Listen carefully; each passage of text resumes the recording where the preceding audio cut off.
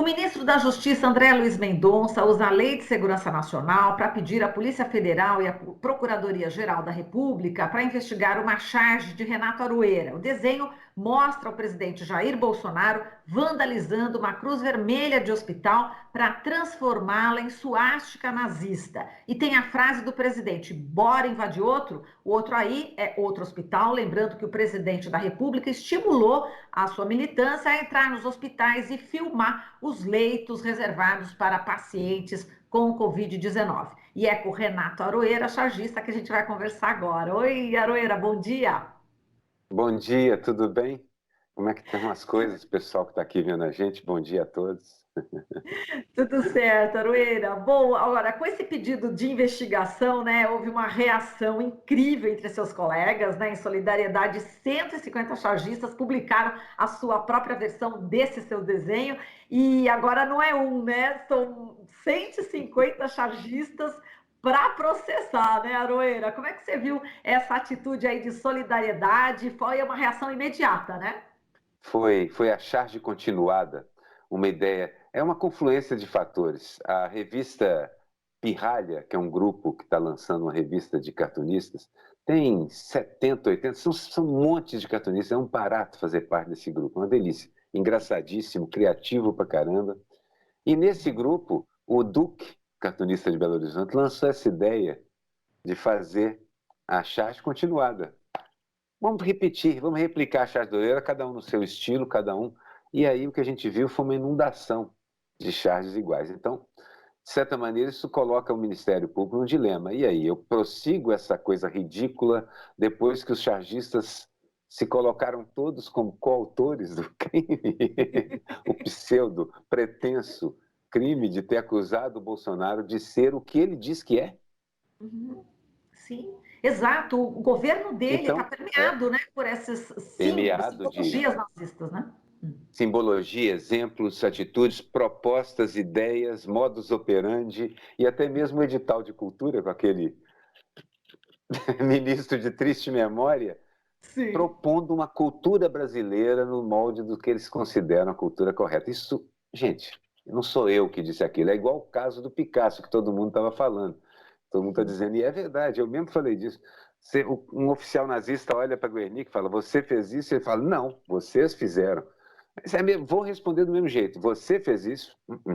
Vocês fizeram. Ex- Basicamente é isso. Agora, foi impressionante porque eu nunca tinha visto nada igual. Estou com 50 anos quase 50 anos de cartoon e nunca tinha visto uma coisa tão impressionante. De novo, confluência de fatores, uma internet, a democratização da ideia do cartoon. Eram 30 quando eu estava fazendo, começando. São centenas de grandes cartunistas, de gente criativa, de gente que faz cartoon, colagem, meme, origami, escultura. Ampliou. O cartoon é muito maior hoje, a charge, do que era. E Uhum, o Bolsonaro e o Ministério Público e o Ministério da Justiça e a SECOM, Secretaria de Comunicação, que eu estou chamando de Secretaria da Censura, uhum. tomaram um susto, na verdade. Um amigo chegou a me ligar ontem de manhã, brincando, falou assim, ó, Aroeira aí, ó, prenderam o Queiroz só para desviar a atenção da sua charge. Eu até contei para o Miro ontem isso, que tinha Foi. acabado de acontecer na hora que eu conversei com ele. Gente, Uhum, é claro, big piada, mas é evidente que foi um equívoco, mas também essa reação impressionante uhum. mostra que quando a gente começar a usar as redes, já estamos fazendo isso, ao nosso favor, a gente tem uma força invencível, gente. Eles têm as mentiras e as fake news, mas a gente tem o outro lado disso, que é a verdade e a correção ética, de certa maneira, porque pelo menos a gente quer que as pessoas parem de ser exploradas por absurdos, sem significado. É o que todo humanista quer. Esse tipo de reação, olha, me deixou animado. Eu sinto de certa forma, a gente está virando o jogo.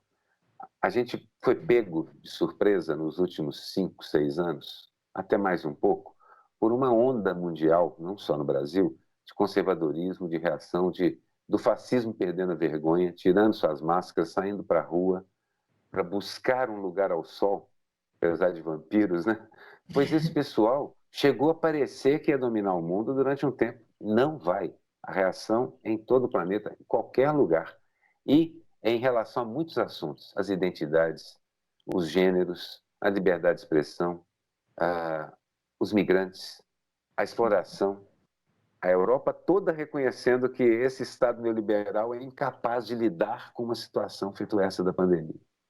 Exato. Agora, Aroeira, já que você tocou no assunto, né, do Queiroz, né, que realmente prenderam o Queiroz para desviar o assunto, né, dessa questão toda sua da charge polêmica. Não é megalomania, brincadeira, hein, gente?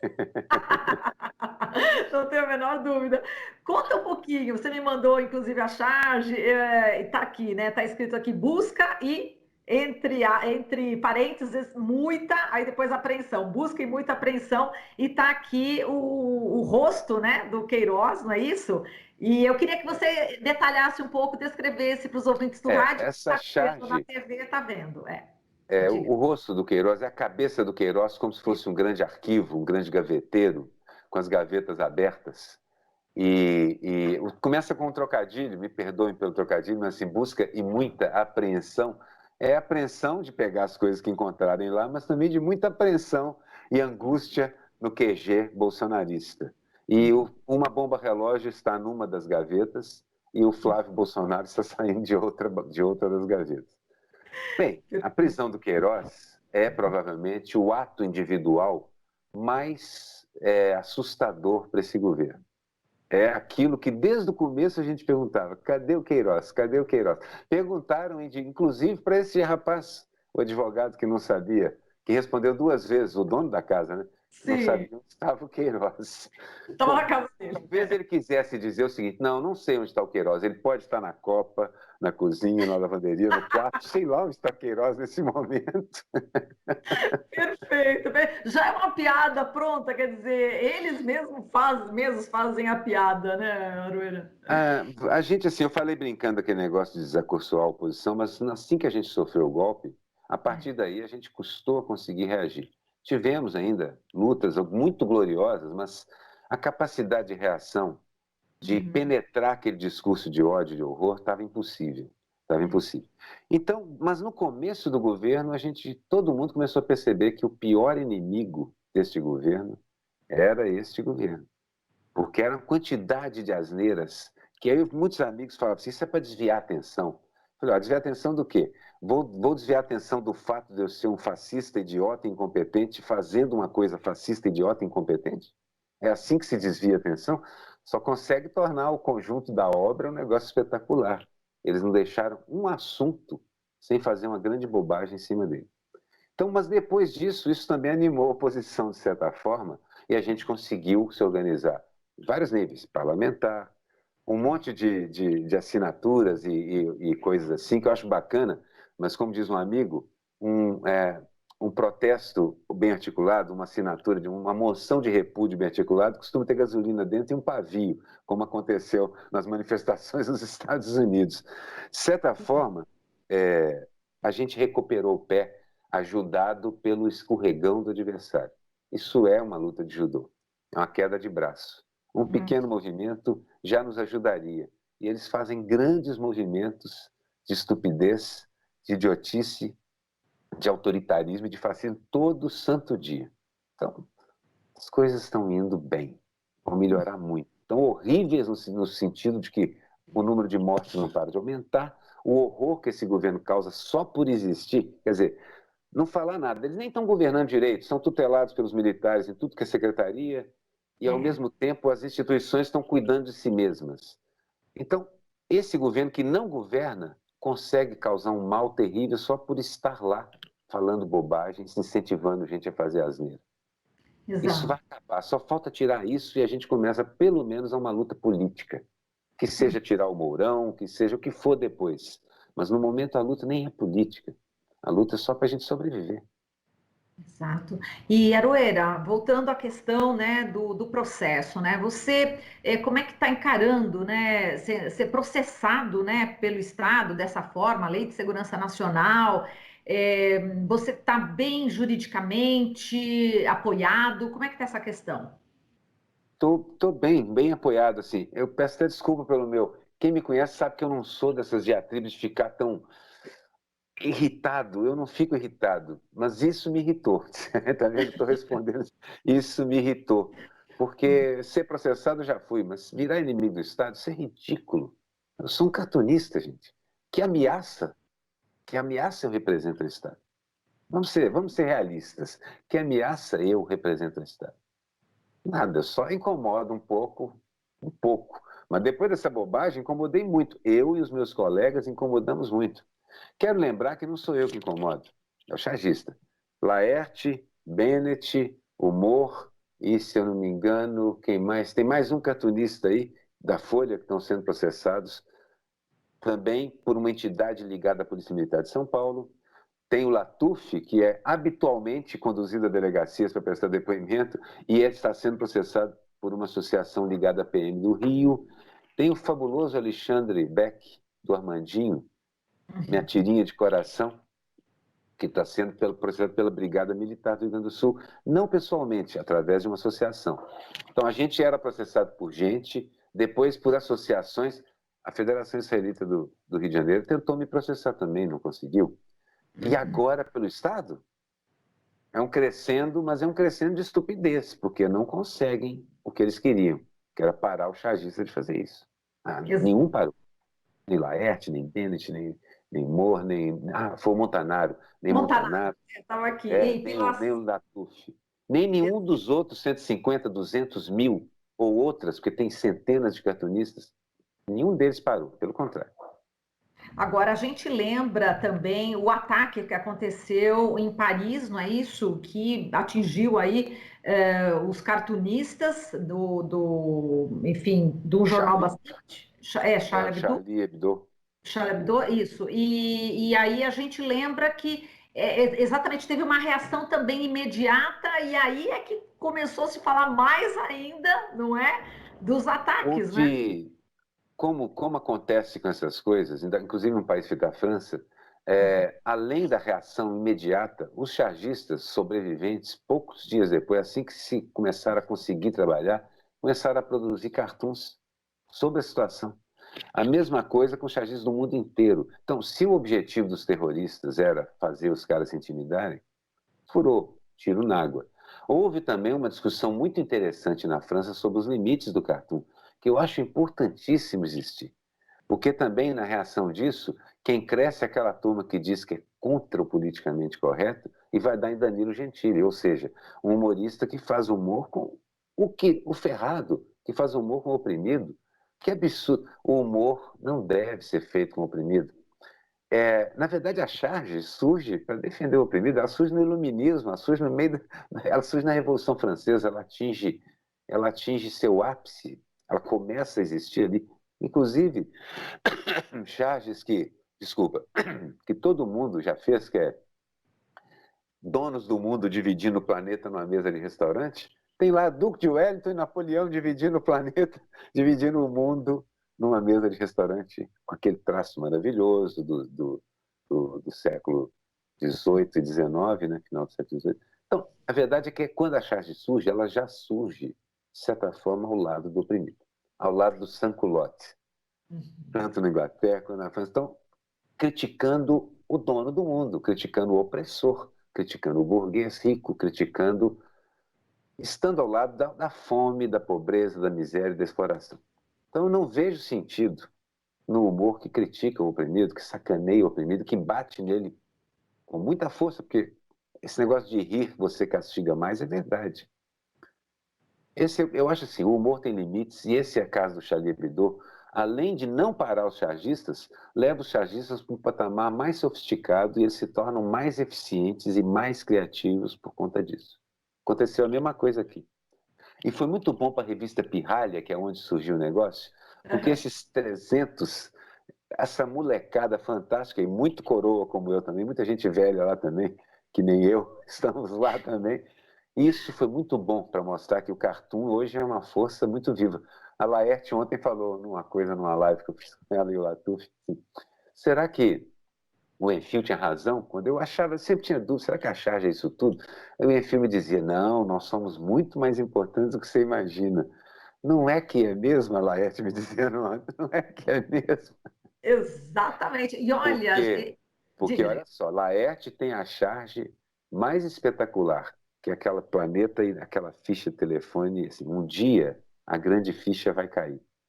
Está caindo.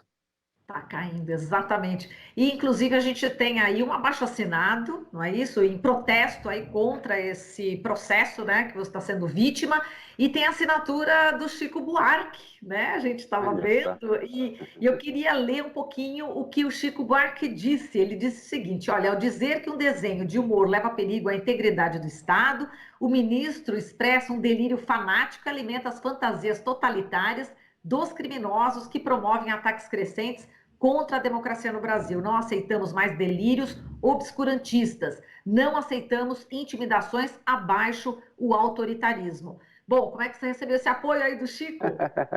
Quando o cara sabe mesmo escrever, lidar com as palavras, é espetacular, né? É É espetacular. isso. Esse apoio, eu não sei o que dizer, eu me sinto. Estou assim, até com saudade da minha vidinha normal, que graças a Deus daqui a pouquinho tá voltando, mas assim, estou guardando isso tudo como um momento de muita apreensão, como eu fiz na charge, mas também de muito carinho, um momento de muita angústia pelo país todo, mas também de esperança pela forma como as reações se organizam. E um momento de perceber que todo mundo que eu admiro, todas as ferramentas que eu prezo, a arte, a palavra, o jornalismo, tudo isso está do meu lado. O melhor, eu estou no meio dessa onda gigantesca que está do lado da humanidade. Isso. Que lindo. Agora, falando em Chico Buarque, a gente lembra, né, da música, lembra que você também é o saxofonista, que tem seu trio. E aí, conta pra gente, agora tá paradinho, tá em casa, não tá saindo nessa quarentena? Tá em casa, mas está funcionando. Eu toco com o meu trio de choro, a gente tem feito algumas gravações daquele tipo, cada um na sua casa. E Sim. toco também com o Igor Essa, que é filho do Luiz Essa, do grande Luiz Essa, e a gente tem feito.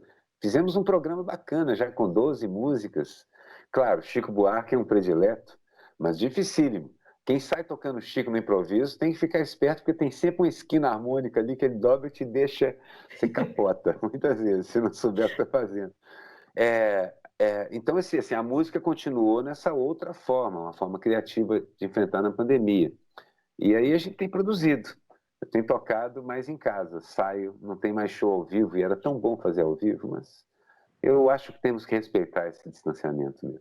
E Aroeira, agora nesse finalzinho, qual a mensagem que você quer passar? Você estava, inclusive, relembrando aí anos atrás, né, quando começou aí o movimento negro. Fala pra gente. Sim, sim, eu estava pensando aqui que, na verdade, todo esse processo que a gente está vivendo é um processo de aprendizado. Nos últimos 5 a 10 anos, o mundo, na verdade, desde Reagan e Margaret Thatcher, houve uma ofensiva que começou a desconstruir o Pacto Social-Democrata, as conquistas que existiam, então a gente nem percebeu. O mundo foi reagindo aqui e ali, a gente teve os governos populares no Brasil como uma ilha disso, mas, no geral, uma caminhada do neoliberalismo que culminou nesse quase fascismo, não, quase não, nesse fascismo que está permeando alguns governos e algumas potências, Estados Unidos e o próprio Brasil. Então, assim, nesse processo, nós estamos reconstruindo a própria ideia de humanismo de esquerda, porque fomos incapazes de uma reação mundial, o tal do espírito do tempo, não conseguimos receber o espírito do tempo no planeta e agora, nesse momento, estamos. Mas isso foi construído por aprendizado. Há 30 e poucos anos eu estava na redação do Diário da Tarde e um rapaz me procurou e me disse que era do movimento negro unificado. 30 anos, mais ou menos. E 32 anos. E ele me dizia que acho que era isso, eu não lembro a data exata, depois você sabe, e que ele me dizia que eu entendi a charge que eu tinha feito, que era um menino de rua e tal, que era uma denúncia, mas que eles não queriam, era muito ruim se ver, se encontrarem sempre em meninos de rua, em gente em profissões subalternas e assim por diante. E aí ele foi me explicando que representatividade era uma coisa importante. Eles precisavam ver a si mesmos como médicos, professores, como dirigentes, como políticos e tal. Anos depois, desenhando um livro da minha mãe, que era educadora, e eu fiz um desenho de uma praça cheia de profissões e ela me devolveu o desenho dizendo: Renato, você está botando todas, estou vendo aqui, o Gari é negro, o não sei o que tem, é negro, e na verdade vamos ter que inverter, eu preciso que o doutor seja negro, porque nos governos populares a orientação do MEC era essa. a orientação do Ministério da Educação e Cultura era a inclusão. Então, assim, aos poucos, a sociedade, as pessoas vão aprendendo que o racismo é estrutural. A mesma coisa com o sexismo. Eu sou filho de uma feminista, irmão de feministas, fui casado com feministas, sou casado com uma feminista de verdade, gente mulheres que sabem o que estão fazendo no mundo e estão tomando o protagonismo delas, claro. Então, essas coisas todas, eu me emociono porque, assim, é um aprendizado. Às vezes eu faço um negócio e não percebi. Fui chamado a atenção várias vezes durante a minha carreira. No começo reagia com uma certa altivez e prepotência e arrogância, fazia, mas aos poucos aquilo foi entrando em mim, como eu acho que está entrando na sociedade toda. Chega disso. A gente precisa entender que existe dentro de cada um racista, cada homem tem um racista, um homofóbico, um sexista dentro dele. Um amigo meu, o Júlio, diz isso. Toda manhã, ele é negro, ele diz, toda manhã, se eu posso toda manhã matar um homofóbico e um sexista dentro de mim, por que você, Brancão, não pode matar o racista que está dentro de você? É verdade. Toda manhã, na hora de fazer a barba, tomar o banho, pentear o cabelo, lembrar que a estrutura da sociedade persegue um montão de gente. Daí eu não posso fazer piada com essas pessoas. Pelo contrário, eu tenho que colocá-las como protagonistas da reação a isso. E eu não preciso fazer isso porque eu sou bacana, não é porque elas estão fazendo isso. Ponto final. Perfeito. A minha reflexão desse final é o seguinte: estamos aprendendo, inclusive, a reagir. Por isso é que eu confio muito que nós vamos virar isso e vamos virar melhor do que nunca. A próxima vez que a gente sentar para fazer um pacto depois dessa pandemia, vai ser muito melhor do que os outros que a gente fez, porque a força que estamos mostrando é muito grande. Exatamente. E com essa esperança e com essa fé a gente vai lutando. É isso aí, Aroeira. A gente agradece muito aqui a sua participação. Foi um prazer enorme conversar com você e sou sua fã, como eu já tinha dito. Um super beijo para você, viu? Obrigado. Olha só, edita que está muito comprido, eu fiquei devagando, eu tenho mania de fazer isso. Minha mulher fala lá, ataia, direto ao ponto. Tá tudo certo, Aroeira. Um beijo para você. Muito obrigada. Beijo para vocês. Tchau, tchau. Até mais. Tá aí, Renata Aroeira. Você está ouvindo Jornal Brasil Atual. As notícias que os outros não dão.